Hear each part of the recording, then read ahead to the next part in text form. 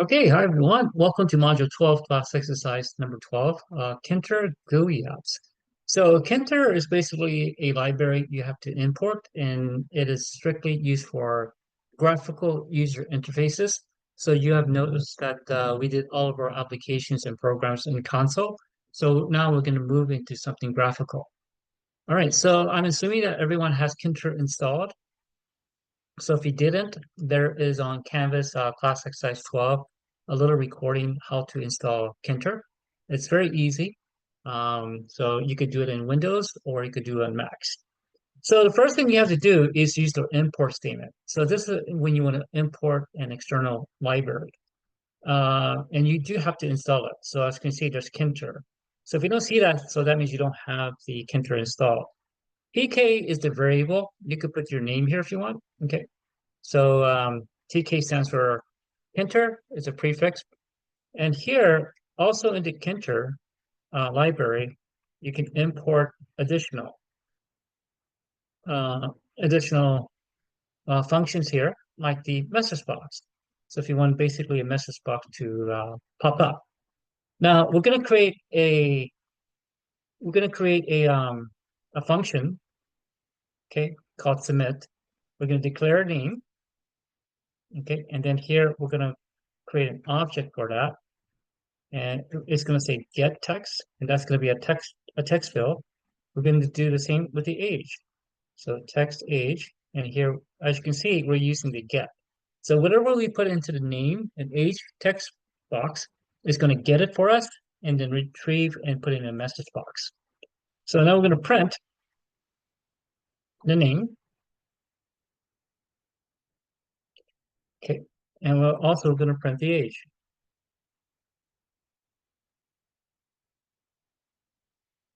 Okay, that's just basically print. So when we call the submit function, so we're also going to create another function called the close. So this is going to close it out, and we're going to use the root to destroy. But this was close the actual form out. And then we're going to call the message box. And here we have something called a show info. Make sure it's lowercase. And then here we'll say employees. Exiting, and that's just the message. So the destroy function is going to allow you to close the actual form when we click on that button control. Now you'll notice that here, now we're going to create the main window. So you notice that on line 12, we use root. So you can use anything you want. You can say root, you can say start, it's just a variable. So here I decided to use root because this is where it's going to start.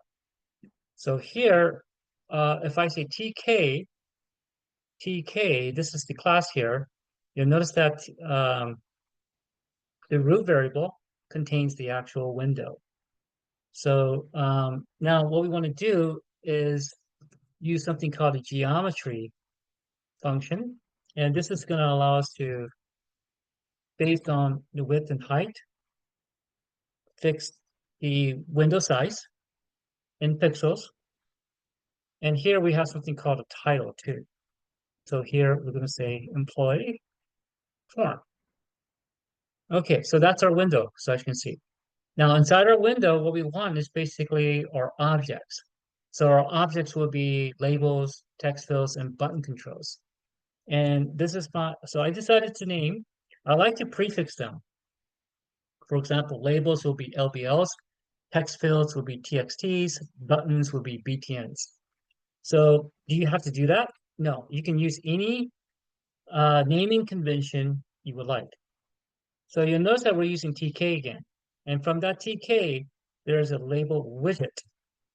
So a widget is basically something that you can use from the Kinter um, uh, class. So here I'm going to say root text equals, and this is what the user will see. Let's call it employee name.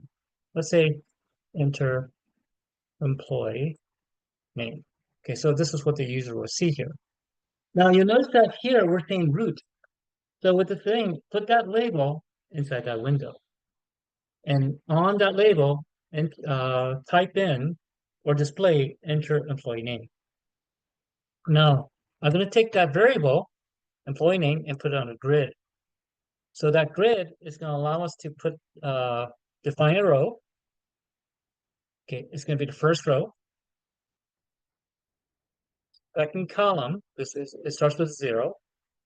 And here is something called a pad x and equals 5, and pad y equals 5. So now the pad x and pad 5 is going to allow us to pad basically in pixels. So x is going to be horizontal and y is going to be vertical in pixels. So the padding allows for empty spaces in between the actual label and on the actual grid. So what it's going to do is going to use to kind of improve the display of the actual grid of the label, in our case, on the actual grid. Okay, so pretty much we're saying put the label widget on the root, which is the window, and align it on the grid right here. So next is going to be text name. So text name. Now we have something called an entry widget. So the entry widget is used to enter something into a text field, or some people call it text boxes. Okay.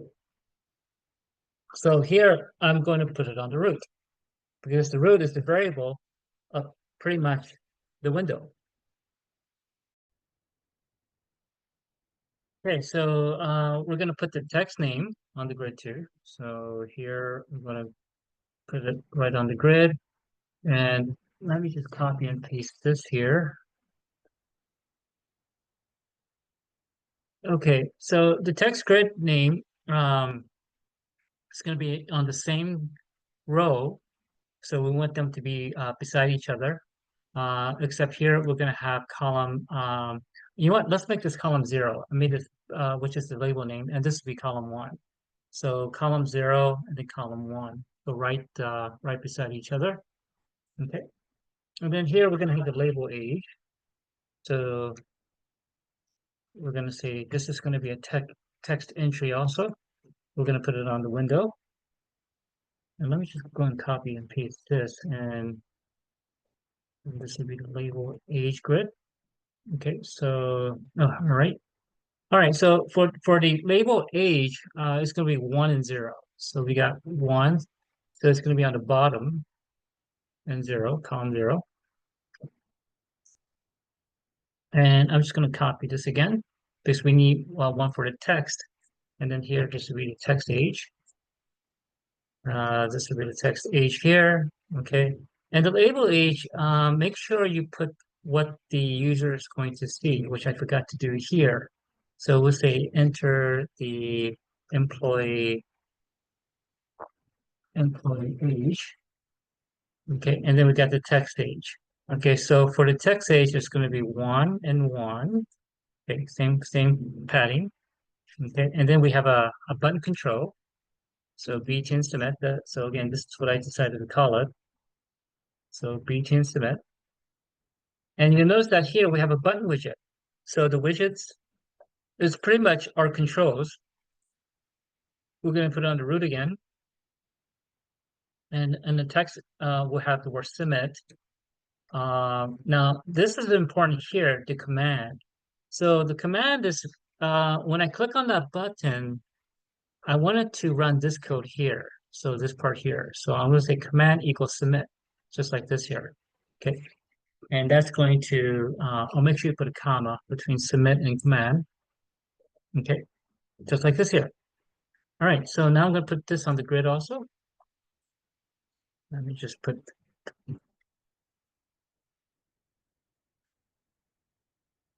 and let me just go ahead and copy this part here. Okay, all right. So this is going to be row 3, which is going to be the last row, and 0. Okay, there we go. And then we got the btn close. So close equals, and I'm just going to copy and paste this part, and then here we'll say close. Now, we're going to call the close function. So that's going to call the close function here, and I'm going to put this on the grid also. Okay, and then we're going to align it right here, and this is going to be 3 and 1. So right next to each other. And now here we're going to start the window. So it's you take basically the variable of the window, and there's something called a main loop. So this is going to keep looping. So in this case here, we should be able to see the window, and it won't disappear from us. All right, so let's go and start it up, and you should see a form appear like this here. So, so as you can see, here's the form. So employee name and so forth. So as you can see, I messed up here. So you notice that the employee name, and I should see employee age right here. Enter employee age should be down here, basically. Okay. Now let's see what I did wrong here. The enter employee age. So that's going to be on the grid, right? So 0, 1. So this is the 0 right here. This is the 1. Okay, so we got 0, 1 going down also. The rows in column, so columns goes across basically. All right. And let's see here. Okay, so the employee name is at 0, which is basically right here. Column 0, which is in the corner. And then we got the employee age. It's going to be row 1. So it should be down here and column 0. Okay, so it looks like that's okay. I think I have to move my text boxes a little bit down. So if you look at the text box here, I'm going to have to move these text boxes down a little bit. Okay, okay, so let's see here.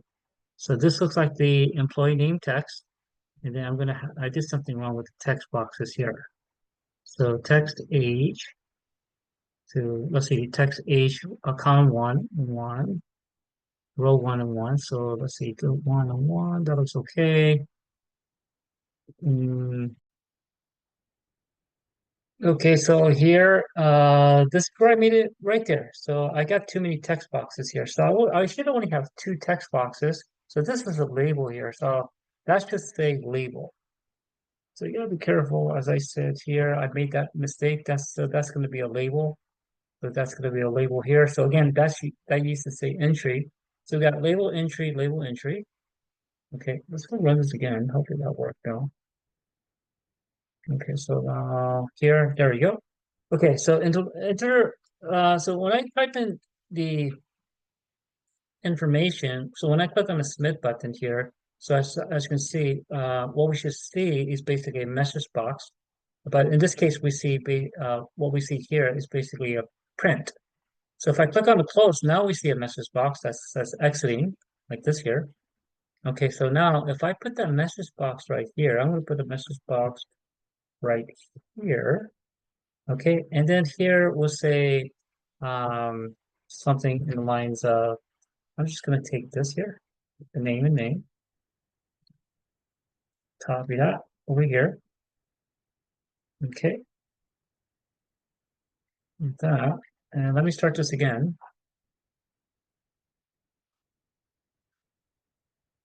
Okay, so remember that's under the submit button here.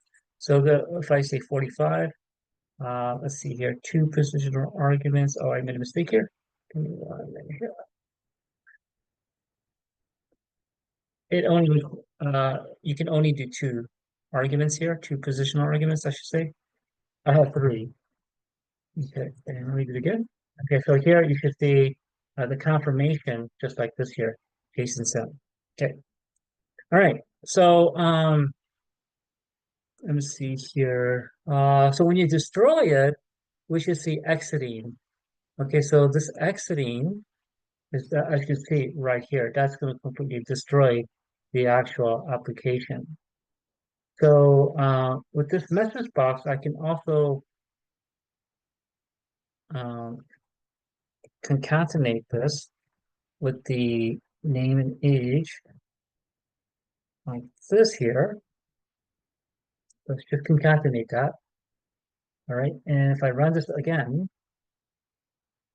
let's see here, name, age, and if I say this here, It says, again, three were given, only two positional arguments. So here I have three. So this is one, this is two, and this is three. So as you can see, okay. So what I could do is get rid of one positional argument. That looks like that. So now I have two. One, two, name and age. Okay, so if I run this again,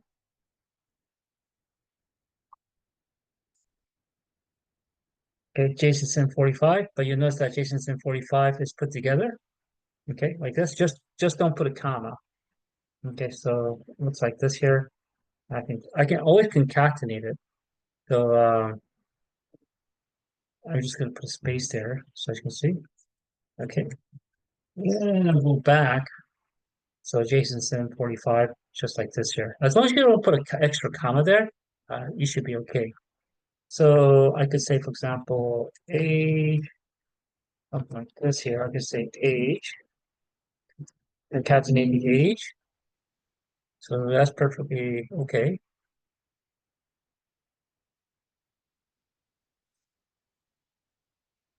Okay, so now if I click on the submit button, it should say Jason Sim age is 45.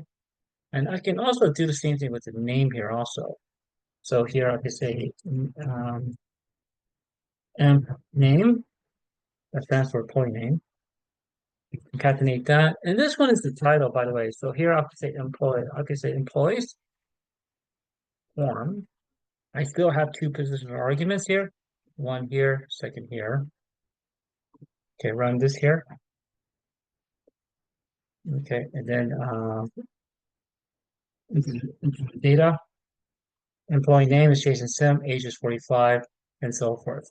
So the class exercise, you're going to add the address, city, state, and zip code as an exercise. You just want to add it to the this particular program here. Okay.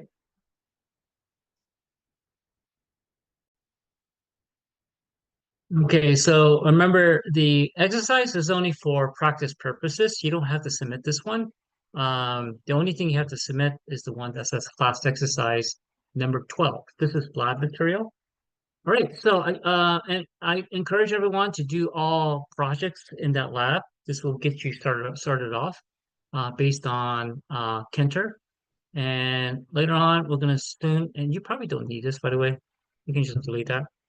So later on, what we're going to do is connect forms using Kinter with the SQLite database. Okay. All right. Hopefully everyone's having a good day, and I'll see everyone soon. Have a nice day.